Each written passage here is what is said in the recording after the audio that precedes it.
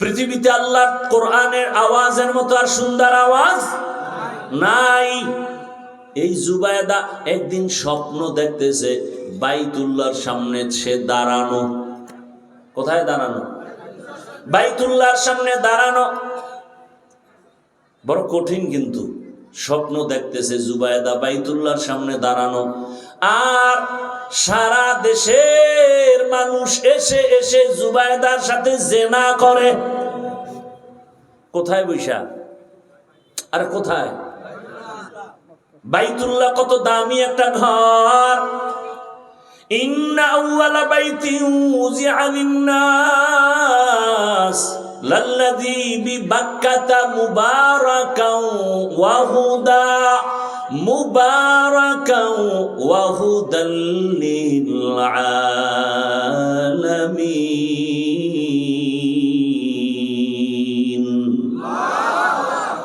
আল্লাহ জমিন বানায় প্রথম ঘর বানাইলেন হেদায়েতের ঘর, বাক্কা নগরী বাইতুল্লাহ। যেই বাইতুল্লাহ দিয়ে তাকাইলেই শুধু সওয়াব আর সওয়াব। বাইতুল্লাহর এরিয়ায় বসে একবার বলবে আল্লাহ, 1,00,000 বার আল্লাহ বলার সওয়াব। জুবায়দা খাতুন স্বপ্ন দেখে বাইতুল্লাহর পাশে দাঁড়ানো, আর সারা দেশের মানুষ এসে এসে জুবায়দার সাথে জিনা করে। এটা বাস্তব না স্বপ্ন? স্বপ্ন। এবার জুবায়দা ঘুম থেকে উঠিয়া ভয় পেয়ে গেলেন, এমন কপাল আমার, তাও আবার বাইতুল্লাহর সামনে দাঁড়ানো। যেই বাইতুল্লাহ ঢুকলি সওয়াব আর সওয়াব, 1 সেজদা 1,00,000 সেজদার সওয়াব, একবার আল্লাহ বলা 1,00,000 বার আল্লাহ বলার সওয়াব। কিন্তু ব্যাখ্যা কই পাই? এজন্য ব্যাখ্যা তো যে বুঝে তার কাছে যেতে হবে। উল্টা পাল্টা স্বপ্নের ব্যাখ্যা নেওয়া যাবে না, বলাও যাবে না। ওই জামানার স্বপ্নের ব্যাখ্যাকারী আল্লামা ইবনে সিরিন রহমাতুল্লাহ আলাইহি লোক পাঠায় দিল, যাও তার থেকে ব্যাখ্যা নাও, তবে আমি জুবায়দার নাম বলবা না, বলবা কোন এক নারী এই স্বপ্ন দেখছে। যাও গিয়া স্বপ্নের ব্যাখ্যাকারী আল্লামা ইবনে সিরিনের কাছে যখন বলছে, এবার কয় এত স্বপ্ন কে দেখছে, নাম কও। নাম বলা যাবে না। কয় ভাগো, ব্যাখ্যা দেওয়াও যাবে না, কারণ ব্যক্তি হিসাবে ব্যাখ্যা হবে। ব্যক্তি হিসাবে পিশাব যদি স্বপ্ন দেখে নবী উলঙ্গ ডাস্টবিনে পড়ে আছে, কত বড় ভিড় হইলে দেখতে পারে? হ্যাঁ, কিতনা বড় দাজ্জাল। দেখেন নবী উলঙ্গ ডাস্টবিনে পড়ে আছে, ব্যাখ্যা কি হবে? কয় পীরের ঈমান উলঙ্গ। কথা বলেন না কেন? ওর আত্মা মরা ডাস্টবিনে পড়ে আছে। এই জন্য স্বপ্ন দেখলেই হবে না। একজনের স্বপ্ন দেখছে, কয় হুজুর আমি এক স্বপ্ন দেখছি। কি? কয় যে নবী আমার পেছনে, আমি নবীর সামনে জানাজার ইমামতি করতেছি, নবী আমার মুক্তাদি। এটা তো হইতেই পারে না, কাম তো ঘটতে গেছে। কি? কয় তোর বাপের মরণ হইব কিছুদিনের মধ্যে। তোর বাবার মরণ হইব। হায় হায় হায়, নবী পেছনে থাকবে, ইমামতি করবা, হতে পারে না। ভাইরা আমার, এবার আবার দৌড়ায় আসলো জুবায়দা খাতুন। নাম না বললে ব্যাখ্যা দেওয়া হবে না। আবার দৌড়ায় কয় যা কি করার নামটাও বলে দে। এইবার ইবনে সিরিনের কাছে যখন নাম বলছে, বাদশাহ হারুন রশিদের স্ত্রী জুবায়দা স্বপ্ন দেখছে বাইতুল্লাহর সামনে দাঁড়ানো, আর সারা দেশের মানুষ জিনা করে। এইবার ইবনে সিরিন কয়, কপালওয়ালা জুবায়দা, সান কপালওয়ালা জুবায়দা, ভাগ্যবতী জুবায়দা, এর মতো কপালওয়ালার কে হবে? শুনো, জুবায়দারে গিয়ে সালাম দিও আর ব্যাখ্যা শুনাইও। আমার আল্লাহ জুবায়দারে দিয়া এমন কাজ নিবেন মক্কার জমিনে, সারা দুনিয়ার মানুষ জুবায়দার সেই কাজের থেকে অংশ নেওয়া শুরু করবে, ফায়দা নিবে। শুরু হয়ে গেছে স্বপ্নের ব্যাখ্যা। জুবায়দা গেল মক্কায়, মক্কায় যেয়ে দেখে মানুষ পানির হাহাকারে আছে, কোথায় পাবে পানি? জুবায়দা সরকারের টাকা না, নিজের টাকা দিয়া নহর বানাইলো, ড্রেন কাটলো পুরো মক্কায়, ইডার পানির লাইন করলো, লাইন করে করে পানি দিল, জায়গায় জায়গায় পানি পৌঁছায় দিল। এখনো গিয়া দেখলে খুঁজে পাবেন মক্কার মধ্যে নাম হলো নহরে জুবায়দা নামের ড্রেন এখনো আছে পাহাড়ের পাশে পাশে, আমি নিজে দেখে এখনো আছে। সারা দুনিয়ার মানুষ আসছে আর জুবায়দার খেদমতের অংশ নিছে, নেয় নাই? স্বপ্ন কি ব্যাখ্যা কি চিন্তা করতে পারেন? বড় কঠিন হালাত না। আপনি গাঞ্জাখোর যদি দেখেন তাহলে কাজ হবে না, তাহলে কপাল খারাপ। ভাইরা আমার, সেই স্ত্রী জুবায়দা, তার স্বামী বাদশাহ হারুন রশিদ কত বড় আল্লাহর ওলি। আমি আমার আয়াতের উপরে ঘটনাটা টানতেছি, আরেকটু সামনে আগাবো। বাদশাহ হারুন রশিদ সে আবার বড় আল্লাহওয়ালা। একদিন ওজির আজম নিয়ে রাস্তা দিয়া যায়, দুপুর বেলা দেখে রাস্তার পাশে এক বুড়া ফলের গাছ লাগাইতেছে। জি এই বাদশাহ হারুন রশিদ, এই বুড়া তোমার বয়স কত? কয় মরণের কাছাকাছি। কয় তুমি কষ্ট করে কি করো? কয় ফলের গাছ লাগাই। ফল হবে কবে? কয় জানে কে? কত কষ্ট করো কেন? কয় বাদশাহ আমগো বাপ দাদায় গাছ রোপণ করেছে, ফল হয়েছে, আমরা খেয়েছি, এটাই তো নিয়ম, আমরা আবার গাছ লাগাই যাবো, আমগো প্রজন্ম যারা ওরা গাছের ফল নিবে। বাদশাহ এত সুন্দর একটা জবাব দিছে, 1000 দিনার তারে পুরস্কার দিছে। বুড়াও সেই বুড়া, এমন বুড়া হয় কয় মানুষে গাছ লাগায় ফল পায় 1 বছর পর, আর আমি লাগাইতে না লাগাইতে নগদ ফল পেয়ে গেলাম, জাগাত নগদ ফল পাইছি 1000। বাদশাহ খুশি হয়ে কয় নে আরো 1000 দিন। বুড়া খুশি লাভ দিয়া কয় মানুষ গাছ লাগায় বছরে ফল পায় 1 বার, আমি নগদ পাইছি 2 বার। উজিরে কয় হেন আর থা যাইব, এই বুড়া আপনার ফকির বানাইব, তাড়াতাড়ি ভাগেন। বুড়া বড় বুদ্ধিমান, যোগ্যতার বড় দাম নাই, অভিজ্ঞতার বড় দাম। কত সন্তান যোগ্যতার লেখাপড়া নিয়ে মূর্খ বাবারে পছন্দ করে না, তাই বুড়া টুরার কোনো কাম নাই, বরং মুরব্বী সারা সমাজ বড় অন্ধকার। তাদের অভিজ্ঞতা অনেক দামি, তোমার যোগ্যতার কোনো ভ্যালু তাদের সামনে নাই। ভালো করে বুঝো। বাদশাহ হারুন রশিদ একদিন দেশের উলামায়ে কেরামদের দাওয়াত দিলেন, দুপুর বেলা খানার আয়োজন রাজপ্রাসাদে। দেশের শীর্ষস্থানীয় উলামায়ে কেরাম আসলেন খানা খাওয়ার জন্য। খানা খাওয়াইলেন, ভালো মেহমানদারি করালেন, আপ্যায়ন শেষ। এবার সবাই বিদায় নিবে। বাদশাহ হারুন রশিদ বলে আপনারা বাড়ি যাবেন, আমার একটা কথা, মেহমানদারি ঠিক আছে নি? ওলামায়ে কেরাম বলে আলহামদুলিল্লাহ। আপনারা আমি বাদশাহ হারুন রশিদ রে চিনেন কিনা? বলে চিনি। তাহলে কথাবার্তা খুব কম, আপনারা আমাকে আজকে একটা সাইড করে যেতে হবে, কোন দিন মরে যাই জানি না, তবে আমার অন্তরে একটা শখ, আপনারা ওলামায়ে কেরাম আমাকে বলবেন, আমি টুকটাক যে আমল টামল করি আপনারা আমাকে বলে যাবেন, আমি বাদশাহ হারুন রশিদ কি আসলে জান্নাতি না জাহান্নামী? সব ওলামায়ে কেরাম পেরেশান হয়ে গেলেন। একজন একজন একজন একজন বলতে বলতে বলে আপনি জান্নাতি না জাহান্নামী তা বলা যাবে না, তবে এতটুকু বলা যেতে পারে ভালো কাজ করলে আপনি জান্নাতের পথে আছেন, খারাপ কাজ করলে আপনি জাহান্নামের পথে আছেন। কিন্তু জান্নাতি বলা যাবে যাবে না, জাহান্নামী বলা যাবে না। বাদশাহ মজাক করে বললেন তো খাওয়াইয়া লাভ হইল কি হুজুর গো, একটা সাইড আমারে করতে না পারলে ঠিক আছে, আপনারা চলে যান, দোয়া করবেন। ওলামায়ে কেরাম বিদায় নিবেন। এই সময় মজলিসের পেছনে একটা বালক দাঁড়ায় গেল, অল্প বয়সের 9 বছরের বালক দাঁড়ায় গেল। দাঁড়ায় বলে বাদশাহ জাহাপনা, আপনি যদি অনুমতি দেন জবাবটা আমি দিতে পারবো। আলেমদের মাথা গরম, আরে আমরা পারি না, আর এই অল্প বয়সের বাচ্চা কেমনে জবাব দিবে? বালকেরা ডাকা হলো, আসো। বাদশার সামনে দাঁড়ায় বলে, প্রশ্নটা কি? বলে, আমি জান্নাতি না জাহান্নামী? বলে, উত্তর দিবেন আপনি না আমি? কয় তুমি। তাহলে যেহেতু কিছু সময়ের জন্য আমি উত্তর দিব, বলেন প্রশ্ন করার থেকে উত্তর দিনেওয়ালার মর্যাদা কম না বেশি? বলে বেশি। তাহলে বেয়াদবি মাফ করে সিংহাসন থেকে আপনি নিচে আসেন, আমাকে জবাব দেওয়া পর্যন্ত সিংহাসনে বসায় দেন। বাচ্চা হারুন রশিদ তো দুনিয়াদার না, জালেম না। ওলামায়ে কেরামের সামনে বলে, ঠিক আছে আমি নিচে নামলাম, তুমি আসো সিংহাসনে বসে জবাব দাও। এইবার বালক সিংহাসনে বসিয়া জবাব দেওয়ার আগে বলে, মাওলার এলেম যার কাছে আছে তার সম্মান তো এমনই হয়।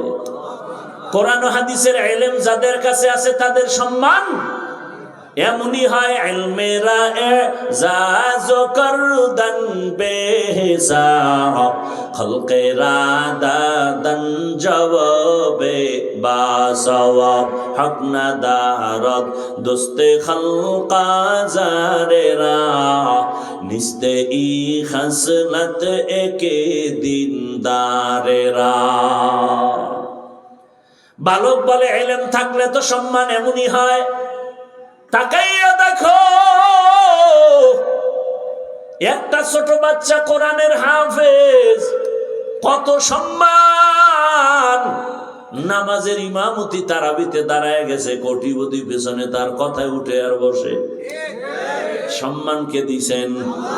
হ্যাঁ, এক সম্মান আমার আল্লাহ দেয়, আর এক সম্মান আমগো সোনার বাংলায় টাকায় পাওয়া যায়। পাইব না? আপনারাও হাদিয়া খাওয়ার জন্য বসে আছেন ভোটের আগের রাত, তাহাজ্জুদের সময়, বরকতের টাইম, টাকার বস্তা চলে আসবে আর বলবেন, খোদার কসম ভোট তো তোমার এই দিমু। এক ভোট 6 জায়গায় পেয়েছে, টাকা খায় 6 জায়গা থেকে। কেমন হারামখোর! আর এ কয় হুজুর গো দোয়া কবুল হয় না। চিন্তা করছেন?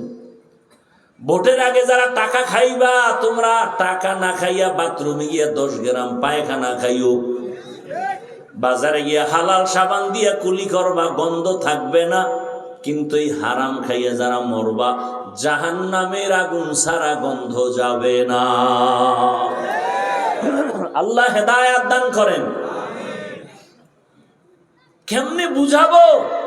এ প্যান্ডেল থেকে বাইর হওয়ার পরেই যেই চোরায় বিড়ি টানবে, এর হেদায়েত তো জায়গায় শুরু হয়ে গেছে।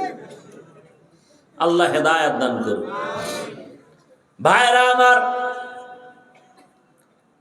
আল্লাহ তাআলা সম্মান যেটা দেয় এটা স্থায়ী। মানুষ যারা টাকা দিয়া কিনে, ওই সম্মান প্রথমে পায় ফুলের মালা, ফাইনালে জুতার মালা। জিন্দেগি মে বন্দগি তু করনা হে, जिंदगी में बंदगी तू करना है, जिंदगी बे बंदगी शर्मिंदा है, जिंदगी बे बंदगी शर्मिंदा है। दुनिया में हो दुनिया का तलबगार न हो, बाजार से गुजर हो खरीदार न हो। ये दुनिया एक मिसल कागज फूल है, ये दुनिया एक मिसल कागज फूल है। जिंदगी में बंदगी तू करना है, जिंदगी बे बंदगी शर्मिंदा है, जिंदगी बे बंदगी शर्मिंदा है। जिंदगी में बंदगी कौन बंदगी, বন্দেগি বে জিন্দেগি শর্মিন্দেগি। আপনাদের ঘুম আসতেছে? আমি তো জানি বাঙালি রাতে ঘুমায় না, মোবাইলের হক আদায় করে রাত কাটায়। এরা ঘুমাবে সকালবেলা। অতএব আজকের একটু সময় দিয়ে দোয়া করে যাওয়া যাবে না? আল্লাহ সবাইকে কবুল করেন। বাদশাহ বসে আছে নিচে, বালক এলেমের ফজিলত বয়ান করতেছে। সুযোগ পাইলেই বয়ান। আল্লাহর কোরআনের ইলম বড় দামি, আল্লাহর দ্বীনের ইলমের বড় দাম। আল্লাহ তাআলা জিরো থেকে হিরো বানায় দেয়। ও বাবা, আল্লাহ তাআলা এত সম্মান দান করেছেন। ও বাড়িওয়ালা বাড়ি পড়ে আছে, বাড়িওয়ালা নাই। আজকে বাড়ি বানাইয়াও আরামে ঘুমানোর কোনো সুযোগ নাই। আল্লাহ তাআলা কত মানুষ পেরেশানিতে, টাকা আছে, বাড়ি আছে, শান্তি নাই। কিন্তু যাদের কাছে আল্লাহর দ্বীন আছে, এদের টাকা নাই, বাড়ি নাই, কিন্তু শান্তির কোনো অভাব নাই। এ শান্তি কে দিছেন? ইলমের বদৌলতে দান করেছেন। ও আমার কলিজার যুবক, তুমি স্কুলে পড়ো, কলেজে পড়ো, চাকরি করো, ব্যবসা করো, ডাক্তার হও, ইঞ্জিনিয়ার, প্রফেসর হও, তবে আমার আল্লাহর কোরআনটা সিনায় লাগাও। আল্লাহর কোরআন লাগায় দেখবা তুমি স্কুলে পড়লেও সম্মান বেড়ে যাবে। আমাদের সমাজে বহু ডাক্তার আছে, 5 ওয়াক্ত নামাজি নাই। তাহলে কেন বলবো ডাক্তার হওয়া খারাপ? ইঞ্জিনিয়ার হয়েও 5 বেলার নামাজ পড়ে, উলামায়ে কেরামের সাথে কলিজার সাথে সম্পর্ক। তাহলে আমি কেন বলবো ইঞ্জিনিয়ার হওয়া খারাপ? ভাইরা আমার, ইলমের ফজিলত বড় দামি। আল্লাহর কোরআন, আমি জামা পরেছি, কাপড় বড় দামি, কিন্তু নরমাল কাপড় যেটা টেইলার ফালায় দেয়, ওটারে সুন্দর করে ধুইয়া সেলাই করে কোরআনের সাথে লাগায় দিছে, গিলাপ বানাইছে, দাম বেড়ে গেছে। এই যে কাঠের চেয়ার, কত দাম, কিন্তু এর উপরে পাও লাগায়, কোনো খবর নাই। কিন্তু সামান্য একটা নরমাল কাঠ দিয়ে কোরআনের রেহাল বানায় দিছে, বড় দাম বেড়ে গেছে। আপনাদের এলাকায় বহু ঘর বিল্ডিং আছে, একটা বিল্ডিং এর ওই পরিমাণ দাম নাই। কোরআনওয়ালাই মাদ্রাসার ঘরের যেই দাম। আল্লাহর দেয়া সম্মান চোখের সামনে দেখতেছেন, বুঝেন না কেন? কেন কোরআন পড়েন না? কেন কোরআনওয়ালাদের সাথে সম্পর্ক তৈরি করেন না?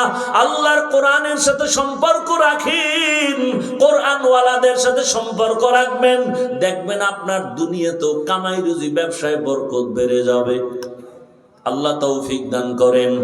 এবার বালক ডাক দিয়ে কয়, বাদশাহ হারুন রশিদ, আপনার প্রশ্নটা আবার করেন। বলে, আমি জান্নাতি না জাহান্নামী? এবার বালক বলে, বাদশাহ আমাকে একটা প্রশ্নের জবাব দেন। জীবনে আপনার এমন কোনো ঘটনা ঘটছে কিনা যে আপনার সামনে সুন্দরী রূপসী মেয়ে দাঁড়ানো, অনেক সুন্দরী, কি আপনি চাইলেই গুনাহ করতে পারতেন, কিন্তু আমার আল্লাহর ভয় এর দিকে খেয়াল করে আপনি সেখানে গুনাহ করেন নাই, এমন কোনো ঘটনা ঘটছেনি? এবার বাদশা কয়, একটা না, অনেকগুলো ঘটনা। আমার সামনে সুন্দরী মেয়েরা, সুন্দরী রমণী, তার ব্যক্তিগত জরুরতে আসছে, রাষ্ট্রীয় কোনো জরুরতে আসছে, আমি আল্লাহর প্রতি ভয় প্রদর্শন করে আমি গুনাহ করি নাই, নিজেকে কন্ট্রোলে নিয়ে আসছি। বালক ডাক দিয়া কয়, যদি আপনার কথা সত্যই হয়, আমি চ্যালেঞ্জ দিলাম, আপনি শুধু জান্নাতি না, আপনি বিনা হিসাবে জান্নাতি। ওলামায়ে কেরাম কয়, এটা কেমনে? এই বালক জবাব দাও। বালক ডাক দিয়ে বলে, আমার বাবার কথা না, দাদার কথা না, মন গড়া কথা না, আল্লাহর কোরআন হলো দলিল। বলে, আল্লাহর কোরআন দলিল মানে দাও। এবার বাচ্চা বালক আল্লাহর কোরআন থেকে দলিল দিয়া বলে, আল্লাহর ওয়াদা তুমি শুনো নাই?